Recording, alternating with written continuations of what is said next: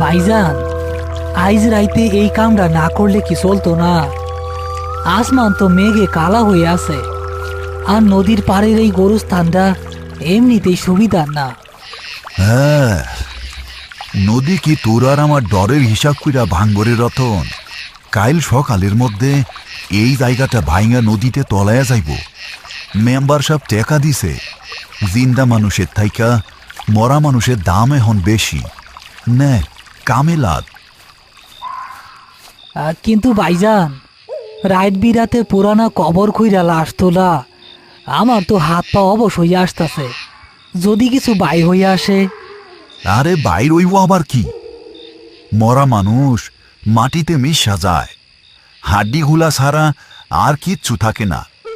৩০ বছর ধইরা মাটি খুঁড়তাছি, জিন্দা মানুষরে যদ্দূর ভয় পাস, মরা মানুষরে তার কানা করিও ভয় পাবি না।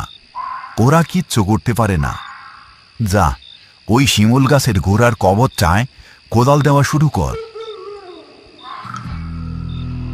ইনি হচ্ছেন করিম শেখ। গোরখোদক হিসেবে তার নাম ডাক আশেপাশের 10 গ্রামে। কবর খোঁড়া, বেওয়ারিশ লাশ দাফন করা, কিংবা নদী ভাঙনের সময় পুরনো কবর থেকে হাড়গোড় তুলে নতুন জায়গায় দাফন করা, এসব তার কাছে ডাল ভাত। মৃত্যু বা পচনশীল শরীর নিয়ে তার কোনো আবেগ নেই। অন্যদিকে রতন একদম নতুন। পেটের দায়ে ভাইজানের সাথে এই ভয়ঙ্কর কাজে এলেও গোরস্থানের নিস্তব্ধতা তাকে প্রতি মুহূর্তে গ্রাস করে। রতন কাপা কাপা হাতে কোদাল চালানো শুরু করলো। করিমও অন্যদিক থেকে মাটি সরাতে থাকলো। বাতাসে একটা ব্যবসা পচা গন্ধের সাথে কেমন একটা অদ্ভুত বুনো গন্ধ ভেসে আছে। হঠাৎ রতনের কোদাল শক্ত কিছু একটার সাথে ধাক্কা খেয়ে টং করে আওয়াজ হলো। ভাইজান, নিচে শক্ত কি জানি বাইজা উঠল, মনে হয় হাড্ডি। আহাম্মকের মতো কথা কইস না রতন। 20 বছরের পুরানা কবর, হাড্ডি তো মাটির লগে মিশা যাওয়ার কথা। টর্চ তার ধরের দিকে। করিম নিজে গর্তের ভেতরে নেমে হাত দিয়ে মাটি সরাতে থাকল। হঠাৎ তার হাত থেমে গেল।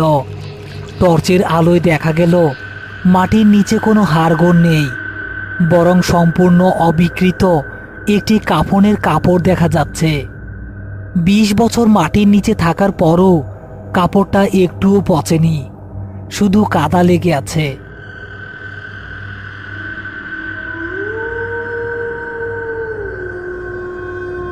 রাত তখন 12:30। মেম্বার সাহেব ছাতা মাথায় দিয়ে সেখানে এসে পৌঁছালো। তার সাথে একজন পাহারাদার। করিম আর রতন মিলে সেই অবিকৃত কাফনে মোড়ানো লাশটা বাঁশের খাটিয়ায় তুলে রেখেছে। রতনের মুখ ভয়ে কাগজের মতো সাদা হয়ে আছে। কি অবস্থা করিম? কাজ কত দূর? এই একটা কবরের জন্যই তো যত ঝামেলা। নদীর যা রূপ, আইজ রাইতেই মনে হয় সব শেষ হয়ে যাইব। মেম্বার সাহেব, একটা ঝামেলা হইছে। এইটা কার খবর ছিল? 20 বছর পার হইয়া গেছে, কিন্তু কাফনের কাপড় তো পচে নাই, আর লাশের ওজনও তো জিন্দা মানুষের মতো ভারী। কি কবিগুলা? এইটা তো ওই পাগলা ফকিরের কবর। গ্রামের মানুষে কইতো লোকটা নাকি কালা জাদু করা ছিল। মরার পর কেউ তারে ছুঁইতে চায় নাই, এই নদীর পাড়ে আইনা ফালাইয়া রাখছিল। তুমি ওইসব বাদ দেও, তোমারে কয়টা টাকা বেশি দিমু নে। লাশটা জলদি নিয়া নতুন গোলস্থানে ফুইতা ফালাও। মেম্বার সাহেব তাড়াহুড়ো করে চলে গেলেন। করিম আর রতন খাটিয়া তোলার জন্য দুই পাশে দাঁড়ালো। ভাইজান, আমার কথা শুনেন, এই লাশ এইখানেই ফালাইয়া থইয়া চইলা যাই। আমার মনে কইতাছে এই কাফনের ভিতরে কোনো মানুষ নাই, অন্য কিছু আছে। আহ, চুপ কর। টেকা হালাল করতে হইব না। তুই খাটিয়ার পিছন দিকটা দহর শক্ত কইরা একবার নতুন কবরে ফালাইতে পারলেই আমাগো কাম শেষ। তারা খাটিয়া কাঁধে তুলে হাঁটতে শুরু করলো। চারদিকে এখন ঘন অন্ধকার, নদীর গর্জন আরো বেড়েছে। হঠাৎ ঝিরঝির করে বৃষ্টি পড়তে শুরু করলো। করিম সামনে আর রতন পেছনে। তারা খাটিয়া কাঁধে নিয়ে একটি বাঁশবাগান পার হচ্ছে। রতনের মনে হচ্ছে কাঁধের ওপরের লাশটা যেন প্রতি কদমে একটু একটু করে ভারী হচ্ছে, যেন কাফনের ভেতরের জিনিসটা ফুলে ফেপে উঠছে। হ্যাঁ, ভাইজান, খাটিয়াটা একটু নামাই, আমার কাঁধ ছিঁড়া যাইতাছে। এত ওজন তো একটা মরা মানুষ হইতে পারে না। আরে আর একটু পর, একটু কষ্ট কইরা দইরা রাখ। হঠাৎ বাঁশবাগানের ভেতরের বাতাস একদম থেমে গেল। রতনের মনে হলো তার ঠিক কানের কাছে কেউ একজন ভারী নিঃশ্বাস ফেলছে। সে আর চোখে খাটিয়ার দিকে তাকালো। টর্চের আলো সরাসরি লাশের ওপর পড়ছে না, কিন্তু আবছা আলোয় সে যা দেখতে পেল তাতে তার রক্ত হিম হয়ে এলো। কাফনের কাপড়ের বুকের কাছটা ধীরে ধীরে একবার ফুলে উঠছে, আবার নামছে, ঠিক জ্যান্ত মানুষ যেভাবে নিঃশ্বাস নেয়। ইয়া আল্লাহ, ভাইজান, লাশ তো নিঃশ্বাস নিতেছে। খাটিয়াটা এক পাশ কাত হয়ে মাটিতে পড়ে গেল। করিমও ধাক্কা খেয়ে পড়ে যেতে যেতে নিজেকে সামলে নিল। তোর আজকে আমি হাড্ডি গুড়া করমু রতন, কাম চোর কোথাকার। বিশ্বাস করেন ভাইজান, আমি নিজে দেখছি ওইটার বুক নড়তা ছিল। করিম রাগে গজগজ করতে করতে লাশের কাছে গেল। সে টর্চের আলোটা সরাসরি কাফনের ওপর ফেলল। সব কিছু স্থির, কোনো নড়াচড়া নেই। কই কি নড়তাছে? সব তোর চোখের ভুল। খাটিয়া ধর জলদি। করিম যেই খাটিয়ার বাঁশটা ধরতে যাবে, ঠিক সেই মুহূর্তে কাফনের ভেতর থেকে একটা বিকট শব্দ হলো, ঠিক যেন শুকনো হাড় চিবানোর মতো মটমট আওয়াজ। করিম চমকে 2 কদম পিছিয়ে গেল। টর্চের আলোয় দেখা গেল কাফনের কাপড়ের ভেতর দিয়ে একটা হাত বেরিয়ে এসেছে, কিন্তু সেটা কোনো মানুষের হাত নয়। হাতের আঙুলগুলো অস্বাভাবিক লম্বা, আর নখগুলো পশুর নখের মতো কালো এবং ধারালো। হাতটা ধীরে ধীরে বাঁশের খাটিয়ার একটা খুঁটি শক্ত করে চেপে ধরল। ও ভাইজান গো, এইটা কি?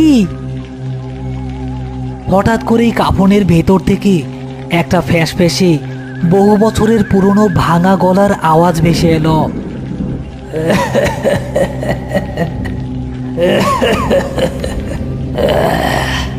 20 বছর এই মাটির নিচে দম বন্ধ হইয়াছিল রে করিম, আইস তুই আমারে মুক্ত করলি। করিমের মতো শক্ত মানুষের বুকের ভেতরটাও এবার ছ্যাদ করে উঠল।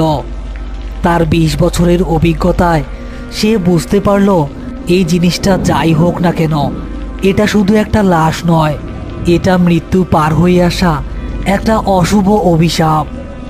খাটিয়ার ওপর পড়ে থাকা কাফনটা এবার ভেতর থেকে ফেটে যাওয়ার মতো আওয়াজ করে ছিঁড়ে গেল।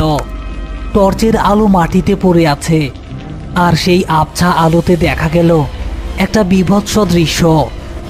20 বছর মাটির নিচে থাকার পরও লোকটার শরীরের চামড়া পচেনি, বরং কুঁচকে গিয়ে গাছের ছালের মতো শক্ত আর কালো হয়ে গেছে।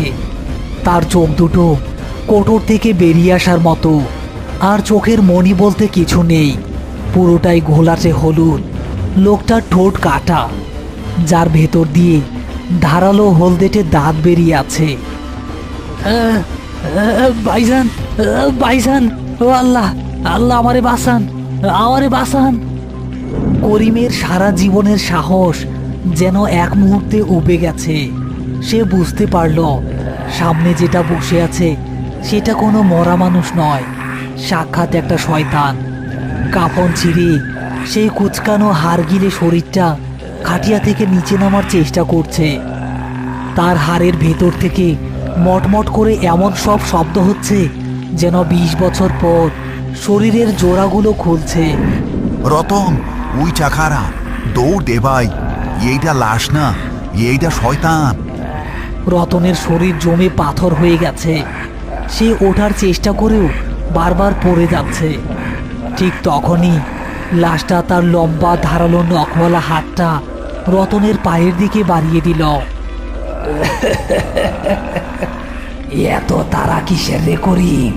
আমারে নতুন ঘরে নিয়ে যাবি না? আয়, আমার বড্ড খিদা। 20 বছর ধইরা তাজা রক্ত খাই না। লাশটা সাপের মতো মাটিতে বুক ঘেঁষে রতনের দিকে এগুতে থাকলো। করিম আর এক মুহূর্ত দেরি করল না। সে তার হাতে থাকা লোহার ধারালো কোদালটা তুলে সর্বশক্তিতে লাশটার বাড়িয়ে দেওয়া হাতের ওপর কোপ বসিয়ে দিল। ইয়া আল্লাহ!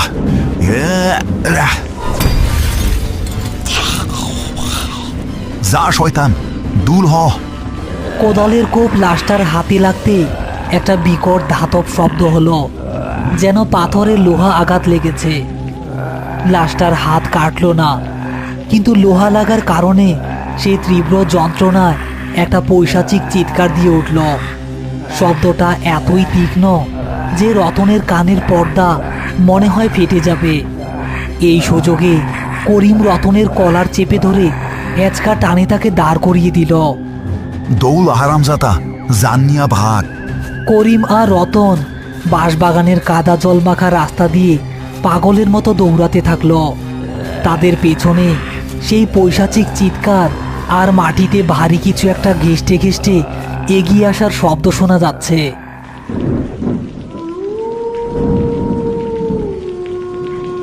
মৃত্যু মানুষের জীবনের আমোঘ সত্য, কিন্তু কিছু কিছু মানুষ বেঁচে থাকতে শয়তানের এত কাছাকাছি চলে যায় যে মৃত্যুর পরও মাটি তাদের গ্রহণ করতে চায় না। এই পাগলা ফকির ছিল তেমনই একজন। কালো জাদুর চর্চা করতে করতে সে নিজের আত্মাকে শয়তানের কাছে বিক্রি করে দিয়েছিল। আজ নদী ভাঙনের কারণে তার কবর উন্মুক্ত হয়ে যাওয়ায় সেই অশুভ শক্তি আবার জেগে উঠেছে। করিম আর রতন দৌড়াতে দৌড়াতে গ্রামের সীমানার কাছে চলে এসেছে। রতনের পা আর চলছে না। সে হাঁপাতে হাঁপাতে মসজিদের বারান্দার সিঁড়ির কাছে আছড়ে পড়ল। করিমও কোদাল হাতে হাঁপাচ্ছে।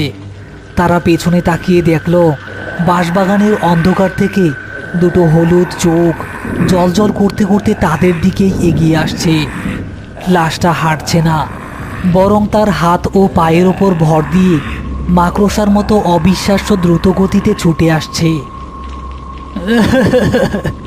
ভাইজান, ও তো আইসা পড়ল, আমা গোয়া রক্ষা নাই। হুজুর, হুজুর, ও ইমাম সাহেব, দরজা খুলেন, জিন্দা লাশ বাইর হইছে। ভেতর থেকে দরজা খোলার কোনো শব্দ হলো না। করিম বুঝতে পারল এত রাতে ভেতরে কেউ নেই, বা বৃষ্টির শব্দে কেউ শুনতে পাচ্ছে না। ওদিকে জ্যান্ত লাশটা মাঠ পার হয়ে মসজিদের সীমানার ঠিক কাছাকাছি চলে এসেছে। কিন্তু হঠাৎ সে থমকে দাঁড়ালো। মসজিদের পবিত্র সীমানার ভেতরে সে পা রাখতে পারছে না। তার হলুদ চোখ দুটো রাগে আর ক্ষোভে জ্বলজ্বল করছে।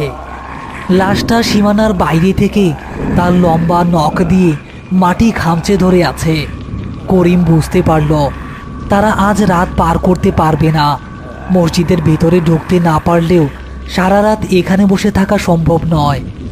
আর মেম্বার সাহেব বা গ্রামের কেউ এই বৃষ্টির রাতে তাদের সাহায্য করতে আসবে না। রতন, ডর পাইস না। লোহা আর আল্লাহর কালাম, এই দুইটাই শয়তানের জম। আমার লোকে আয়াতুল কুরসি পড়তে থাক। করিম চোখ বন্ধ করে বৃষ্টির মধ্যে আয়াতুল কুরসি পড়তে শুরু করলো। রতনও কাঁপা কাঁপা গলায় তার সাথে যোগ দিল। কোরআনের আয়াত শোনার সাথে সাথে লাশটা যেন পাগলের মতো হয়ে গেছে। সে নিজের মাথা মাটিতে ঠুকতে থাকে আর বীভৎস চিৎকার করতে থাকে। হঠাৎ করেই করিমের মাথায় একটা বুদ্ধি এলো। সে জানে এই শয়তানকে মাটিতে পুঁতে লাভ নেই। মাটি তাকে আগেই অস্বীকার করেছে। একে একমাত্র মেঘনার উত্তাল জলরাশি গ্রাস করতে পারবে। শোন রতন, আমি ওরে নদীর পারে টাইনা নিয়ে যাবো, তুই এইখানেই থাকবি। না ভাইজান, আপনি যাইয়েন না। চুপ, আমি যদ্দূর জানি কালো জাদুকররা বহতা পানির ডরায়। মেঘনা নদী আইজ ওরে গিলব। করিম কোদালটা হাতে শক্ত করে ধরে এক লাফে মসজিদের সীমানা থেকে বাইরে বেরিয়ে এলো। তাকে দেখেই লাশটা বিকট শব্দ করে তার উপর ঝাঁপিয়ে পড়ার জন্য প্রস্তুত হলো। কিন্তু করিম দৌড় দিল সরাসরি নদী ভাঙন কবলিত পাড়ের দিকে। লাশটা এবার শিকারের লোভে উন্মত্ত হয়ে করিমের পিছু নিল। করিম কাদার মধ্যে আচার খেতে খেতে দৌড়াচ্ছে। পেছনে লাশটার নখের আঁচড় তার পায়ে ঠিক কয়েক ইঞ্চি দূরে মাটিতে পড়ছে। নদীর গর্জন আর বৃষ্টির শব্দ মিলে এক ভয়াবহ পরিবেশ তৈরি করেছে। করিম একেবারে নদীর পাড়ে, যেখানে মাটি ফেটে ভাঙনের সৃষ্টি হয়েছে, সেখানে এসে দাঁড়ালো। নিচে অন্তত 20 ফুট গভীর দিয়ে মেঘনার রাক্ষসের স্রোত বয়ে যাচ্ছে। লাশটা ব্রেক কষতে না পেরে সোজা করিমের দিকে লাফ দিল। যা শয়তান, জাহান নামে যা। করিম বিদ্যুৎ গতিতে পাশে সরে গেল এবং তার হাতের লোহার কোদাল দিয়ে লাশটার বুকে সজোরে এক আঘাত করল। কোদালের ধাক্কায় লাশটার ভারসাম্য হারিয়ে ঠিক নদীর পাড়ের ফাটা মাটির ওপর গিয়ে পড়ল। সেই মুহূর্তে এক বিরাট মর্মর শব্দ হলো। নদীর পাড়ের ওই বিশাল মাটির খণ্ডটা আর লাশের ভার সহ্য করতে না পেরে মাটি ধসে সরাসরি উত্তাল মেঘনার বুকে গিয়ে পড়ল। পড়ার ঠিক আগ মুহূর্তে লাশটা করিমের দিকে তার হলুদ চোখ তুলে তাকালো। তার মুখ থেকে একটা শেষ হাড় কাঁপানো আর্তনাদ বেরিয়ে এলো, যা মেঘনার ঢেউয়ের গর্জনের সাথে মিশে চিরতরে হারিয়ে গেল। জলের তোরে সেই অভিশপ্ত কাফন আর শয়তানের শরীর তলিয়ে গেল অতল গহ্বরে।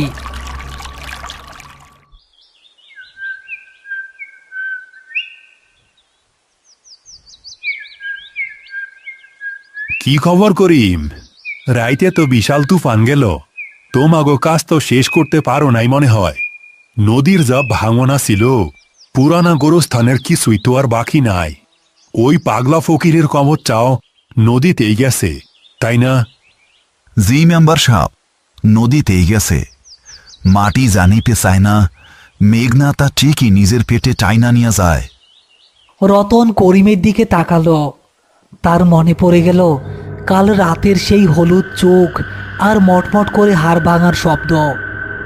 সে একটা বড় ঢোক গিলে চায়ের কাপটা নামিয়ে রাখল। সে জানে জীবনে আর কোনোদিন সে গোরস্থানের আশেপাশেও যাবে না। কিছু কিছু রহস্য নদীর গভীরেই লুকিয়ে থাকা ভালো। মেঘনা নদী যেমন মানুষের ঘরবাড়ি ভাঙে, তেমনই হয়তো কখনো কখনো অশুভ শক্তিকেও নিজের অতল গহ্বরে ডুবিয়ে দেয় মানুষেরই সুরক্ষায়। মেঘনার চরে বেওয়ারিশ লাশ হয়তো আর কখনো ফিরে আসবে না, কিন্তু মাঝরাতে বাঁশবাগানের ভেতর দিয়ে যখনই দমকা হাওয়া বয়, করিমের আজও মনে হয় কেউ একজন খুক খুক করে কাশছে।